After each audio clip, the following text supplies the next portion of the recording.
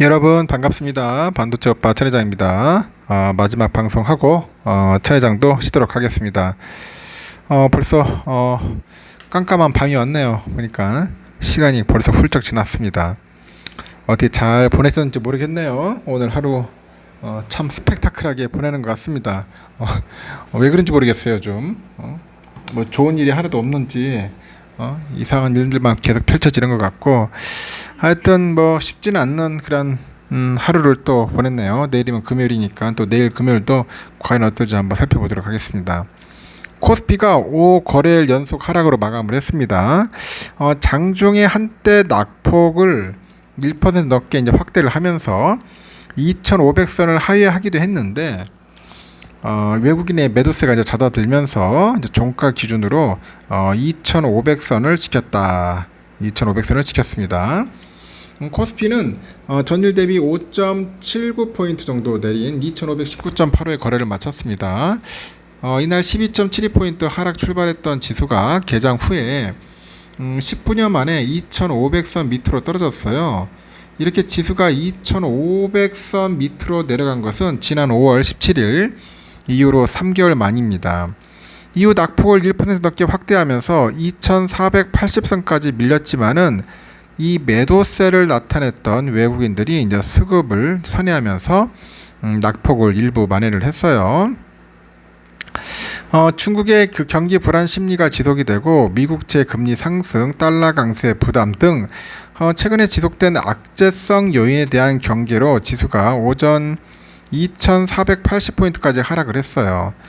외국인의 현선물 순매도 규모 축소와 중화권 증시, 미국의 시간의 선물 상승 반전, 그런 시도에 힘입어가지고 코스피도 낙폭을 축소했다고 평가를 하죠. 현재로서는 코스피 2,480선 지지력 확보 여부를 체크를 해야 한다고 합니다. 해당 지수대는 추세선으로 볼 수 있는 200일 이동 평균선이 위치했기 때문이라고 합니다. 지수 지지력 확보 여부에 따라 가지고 다시 한번 박스권 상단인 2650포인트 돌파 시도 가능성을 한번 타진해 볼 수 있지 않겠냐 보는 것 같아요. 일단은 글로벌 금융시장의 그 변곡점과 저항선에 위치해 있다는 점과 미국 증시가 투자 심리 그 과열권에서 이제 벗어나가지고 중립 수준으로 돌아선 점, 중국, 홍콩 증시가 연중의 저점권에 근접했다는 점 등을 감안을 해보면 지지력 그 확보 가능성은 높다는 판단이 있다고 그렇게 이야기들을 하고 있어요. 이날 또 유가증권 시장에서 기관애들이 978억 정도 순매도를 했고 개인들이 851억 정도 사들였어요.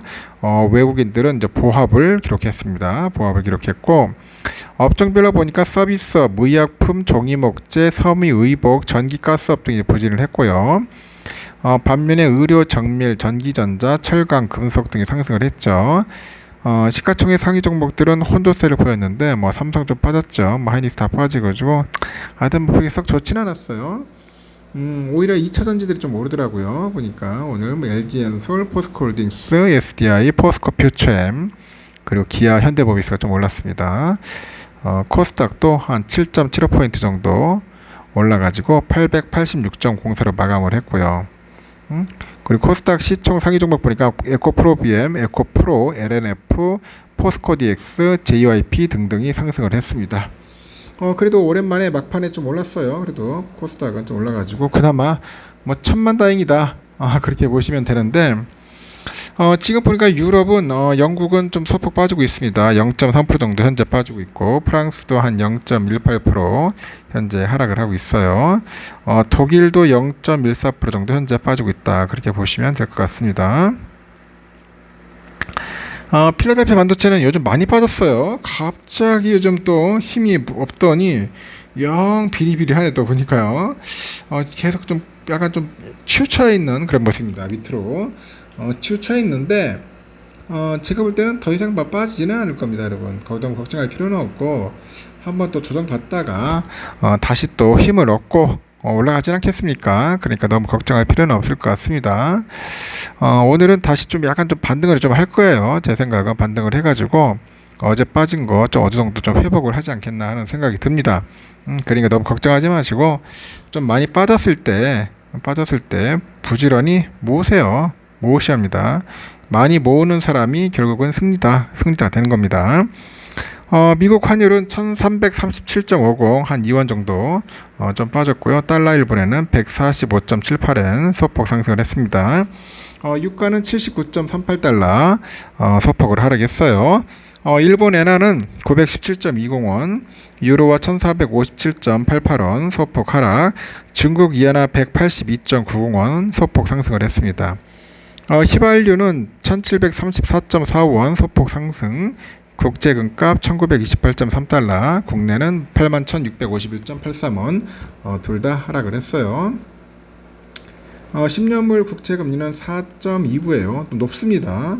4.10에서 4.1대에서 왔다 갔다 하더니 4.2대까지 올라갔어요. 벌써 4.2, 4.3까지 충분히 가는 그런 모습입니다. 10년물 국채금리가 이렇게 오르다 보니까 지금 난리. 금리 오르면 안 되는데 큰일입니다.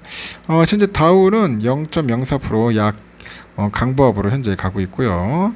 S&P 500은 0.28% 상승하고 있네요. 선물 좀 소폭 상승하고 있고요. 나스닥도 0.39% 정도 오르고 있습니다. 러셀은 0.4% 정도 현재 상승하고 있습니다. 전반적으로 그래도 상승의 힘이 좀 있는 것 같아요. 올라가고 있는 것 같습니다. 우리의 삼성전자는 아주 흥미롭네요. 66,700원 0.4% 정도 빠졌죠. 오늘 뭐 66,000원까지 쭉 빠졌다가 다시 또 올라오긴 올라왔는데, 야, 이거 참 삼성전자 투자하면서도 이렇게 안절부절하고 안절부절 막 못하는 사람도 있어요. 지금 막 상당히 좀 힘들어하는 분도 있습니다. 안절부절하면서 막 상당히 힘들어하는 분들이 있어서 좀 안타까웠고 좀 안쓰러웠는데 너무 걱정하지 마십시오. 좀 빠질 때는 그냥 주워 담으면 됩니다. 하지만 여러분 단기간 내에 삼성을 통해 가지고 수익 창출해 가지고 돈을 벌겠다는 생각은 제가 볼 때는 버려야 합니다.